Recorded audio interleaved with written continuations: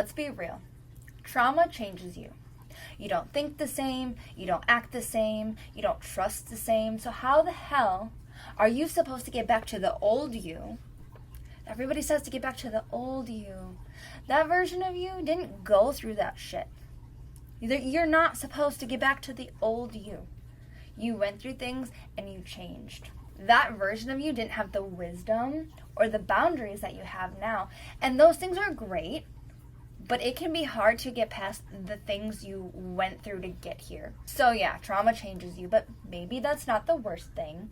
Maybe that's why you finally woke up and started seeing your life for what it really is. The people in your life for who they really are. The thing about trauma is you don't just go through the hard thing and then make it out alive and carry on with your life. You might push it down and forget about it, but it still lives in there. It affects the way that you move through the rest of your life, whether you notice it or not. The way that you speak to people, the way that you approach situations, the way that you make decisions, they're all based on your trauma, whether it's big trauma, little trauma. Everything you do in life is based off of your trauma. You're not able to have healthy relationships or let people in or let people love you when you have this trauma blocking those things in your life. You go through something traumatic like maybe a breakup and you're fighting so hard to just get back to who you were, but you'll never be able to be that version of you again because that version of you didn't survive these terrible things, didn't go through those things, right? That version of you didn't go through what the new version of you did. So if you went through some shit and you feel like you've changed, that's a good thing. We want to change in life. We want to grow. There's a thing called spiritual rebirth. That's an amazing thing. You want to do that, okay? But it's painful. Birth in general is painful. Spiritual rebirth is no easier. You don't go through trauma and come out the same. You lose pieces of who you were. The naive, ignorant pieces who didn't experience those things, you lose those pieces of yourself. It was nice to just tiptoe through life and not know those things. It was nice to go through life and be like, la-di-da, I don't know what it's like to have my heart shattered in a million pieces. And then you go through a breakup and you're like, oh, wish I never went through that. I would much rather have not experienced that ever at all. But here you are. You learned from it. You grew from it. It's like going to the gym. Your muscles hurt, but they grow, right? And you gain parts of yourself that you never knew existed. The resilience that I've had, I never knew I had until I had no other choice. The trauma that I went through, I didn't know that I could do some of the things that I've done until I had no choice. Being a single mom before, what the hell? So yeah, trauma sucks. And trauma isn't always some big thing. It's not always like a car accident or domestic violence or a breakup. It can be something like being bullied on the playground as a kid and it sticks with you. Or your parents not accepting you, or, some anything is trauma. If it affects the way that you view yourself or the world, it's traumatic. And then it creates a lens of how you see things. And then you start to question everything, the people in your life, the things in your life, your self-worth, love, either receiving it or giving it. Trauma literally rewires your nervous system. It's physically affecting your body. And if you don't handle that, you have things like physical illnesses. Like you see people with these reoccurring illnesses, it's because they have shit that they never dealt with in their body. You go through trauma, you experience different emotions. Your body holds on to those emotions and stores them. If you don't properly go through the rhythm of processing those emotions, they get stored in your body. You could have gone through something when you were 4 years old and you didn't process that emotion. It's still in your body today. You could be 60 years old watching this. You still have that emotion in your body. Different emotions are stored in different parts of your body. So like when you have a heavy heart, you're sad, your heart sinks because those sadness and grief emotions are stored in your chest. When you have a gut feeling, stress and anxiety are stored in your stomach. When you have shoulder pain and neck pain, that's responsibility. So that's why you say the world is on your shoulders, because the weight of responsibility. Do you feel overwhelmed with responsibility? Do you have a wound from childhood where you were responsible for something? What about your lower back or your hips? That's where you carry shame and guilt and burdens. So all of your emotions are tied to different parts of your body. Obviously, that's just a few. I mean, you have a whole body. Like, there's tons. And that's why you can have different pain after trauma that lingers that wasn't there before, or different illnesses, or different sickness. Or that's why when you're in an abusive relationship, you can have certain sicknesses that are reoccurring. Or that's why I know somebody who was with a person who was not meant for her, who was very wrong for her, and she got consistent UTIs. Your body knows. Your body is very intuitive. So that's why connecting with your body is so important. Are you ignoring your body? Are you ignoring what you're feeling? Do you think that it's a coincidence that you feel a certain way around certain types of people? I'm going to let you in on a little secret. Coincidences don't exist. They are not real. There is no such thing as coincidences. Healing from your trauma is not about getting back to who you were. It's about getting in tune with this new version of you, this strong version of you, healing the things that are hurt, healing the parts of you that were damaged. I don't know a better word for that. Healing the parts of you that were injured or damaged during this event, physically and mentally. Don't ignore them. Don't push them down. They might hurt to look at. It might be scary. You might have gone through something really difficult. Especially when it comes to childhood things. We tend to push things down as a child because we're not supposed, like, as a child, you're taught not to talk about your emotions. You're taught because our parents didn't want to feel guilty for what they were doing a lot of the times. This is not for everybody, obviously. I'll speak for myself. When my parents didn't treat me properly, and I voiced anything on that, I was shut down. I was told to be quiet. I was told I was seeking attention. So I learned from a young age to just be quiet. So what did that do with any trauma that I had? It pushed it down.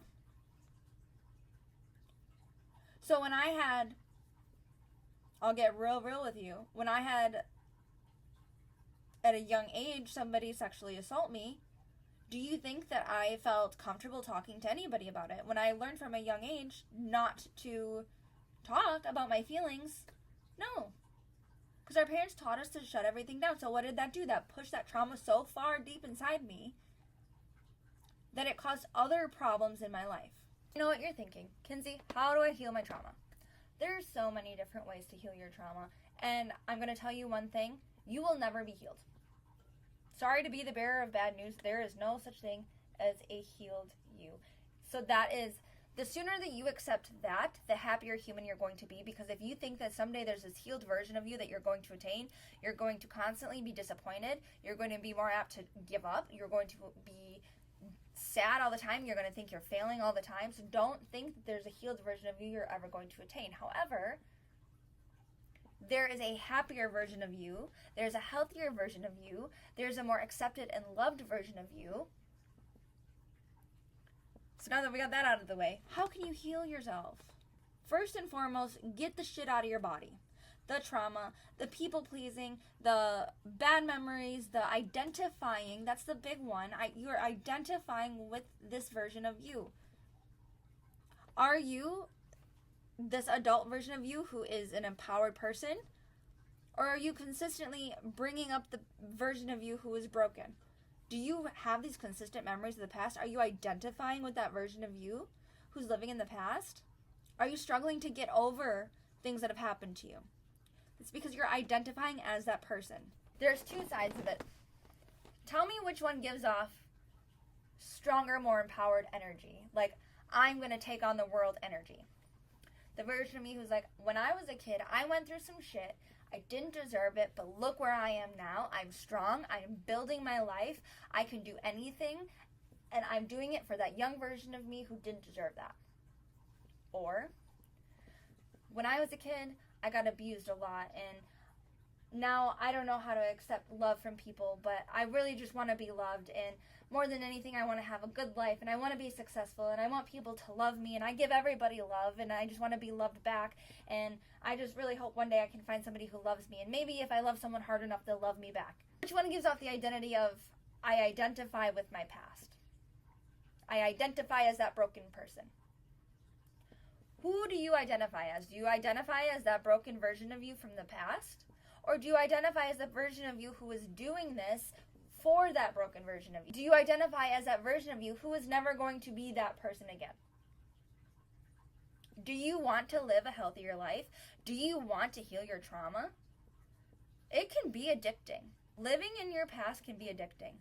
It is genuinely proven that it is addicting to be in depression. It is addicting to be in victim mindset. The first and foremost thing that you need to do is when you catch yourself talking negative to yourself, nip it in the butt. Do you catch yourself calling yourself stupid when you make a mistake? Or saying, oh my God, I knew better than that. Why would I do that? Or of course nobody wants to talk to me. Of course nobody wants to date me. Of course nobody loves me. Do you catch yourself saying any of those things? If you do, nip it in the butt. Everybody makes mistakes. Everybody has flaws. We are human. That is part of the learning experience. It does not make you any less than of a human being to make errors. You are lovable. And at that, the more you love yourself, the more you're projecting for people to love you. When you don't love yourself, you are giving off the energy and the permission for other people not to love you. Nobody can love you until you love yourself. You're only able to receive the love that you give yourself. You're only able to receive the respect that you give yourself. Your reality is a mirror of your mind. Your reality is a mirror of your mental health. When you are constantly degrading yourself and you don't like yourself and you have low self-esteem, your reality is going to reflect that. The people in your life are going to reflect that. Because the energy that you give off is giving everyone permission to treat you the same. So how do you want to be treated? Do you actually want to be loved? Or do you want to continue trying to fix people who aren't going to love you? When I was 5, I watched my dad get sentenced to prison. He killed someone drunk driving. And I had to watch him get sentenced to prison at 5 years old. Maybe I was 6. Either way. That does some pretty big damage. Now, I've had a lot of traumatic events in my life, but I feel like I always talk about my domestic violence stuff, and I kind of wanted to bring up something different, just for a perspective shift. Being 5 years old, before he went to prison, my dad had a drinking problem. He still does, for reference, but he would always, say he was going to get gas for the lawnmower and come back a week later. He was always gone, working. He was drunk when he got home. Me and my brother would sit at the top of the stairs and listen to him and my mom fight. When he went to prison, that caused some damage, traumatically, for me as a child. Because I had just wanted a dad. Then he went to prison. I had some abandonment shit.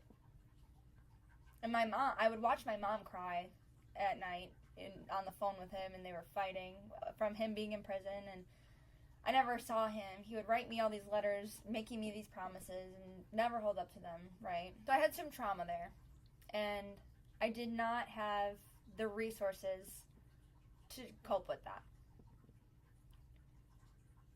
And like I had said, my mom was not very helpful when it came to us expressing emotion. When I was 14 or 15, my dad got out of prison. Didn't give two shits about us. I think he came to see us once or twice, and I don't know if it was him or my mom, but either way, he didn't come see us. How did that change me? From then on, I constantly dated men that I wanted to fix. Subconsciously, of course. Abusive, alcoholics, people who were emotionally and physically not present, men who didn't want to be fixed, men who made me promises that they couldn't hold up to. That trauma changed me, and I didn't know anything about trauma healing then. So when I would end one relationship, get into another, same type of person. That trauma created an entire cycle for me. And then because I was dating these types of men, it created more trauma, domestic violence trauma, being a single mom, all of these other things spiraled out of that. It also gave me that deep belief from a very young age that love just isn't for me. It gets taken away from me. The people I love get taken away from me. I don't deserve to hold on to love. and that the people I love don't love me back, that I'm not deserving of love. It gave me feelings of abandonment and anger and shame. It taught me that I had to be my mother's caretaker emotionally, which taught me in turn that I had to be everybody's caretaker emotionally. All of these things were tied to this event. Among so many other things. I mean, there was so much tied to this event. Because that was my sense of safety and belonging. That's your root chakra, which is where your hips and your lower back, which is where that's stored. I have had problems with my pelvic bone in the back constantly being dislocated. Furthermore, another trauma that I faced when I was 23, my brother passed away out of nowhere. Completely blindsided. Again, affirming that the people that I love can be taken from me like that. That I don't deserve the people that I love in my life. And like I said earlier, grief tends to be in your heart space, sadness. So I had a lot of chest pain, a lot of anxiety attacks. Again, I had to be my mother's caretaker because she lost it, understandably so, all while I was being a parent. So this trauma didn't get processed for me either, because I had so many other people to worry about. Because growing up, I learned I'm last. Everybody else needs me. I had to grow up so fast. When my dad went to prison, I had to grow up. I had to take care of my mom. Trauma isn't just a traumatic event and it's over and you move on. It lives in your body and it ripples through the rest of your life. And if you don't take care of it, everything gets affected. You're not who you were before your trauma. And that's probably a good thing. Your trauma might have sucked to go through, and I'm sure it did, and I'm so sorry for that. But now it's your responsibility to heal that shit so it doesn't live forever in your body. So it doesn't live forever in your mind and continue to fuck up your whole life. It's time to get it out, to deal with it, to empathize for that past version of you who went through it, but stop identifying with them. You're not that person. You are so much stronger now. You are so much wiser now. You gained that experience. Live from this empowered version of you who has gone through some shit. Leverage that. Use that. Move towards your future with that. Your scars and your damage are a sign of the places that you were, the things that you survived. Not things that are wrong with you or things that were hard to go through. Change your perspective. I hope this resonated with you today. If it did, please subscribe, follow along. All of my users are at Kinsey Rose. I would love to hear from you. Let me know what you want to hear about next week. Other than that, I will see you in the next one.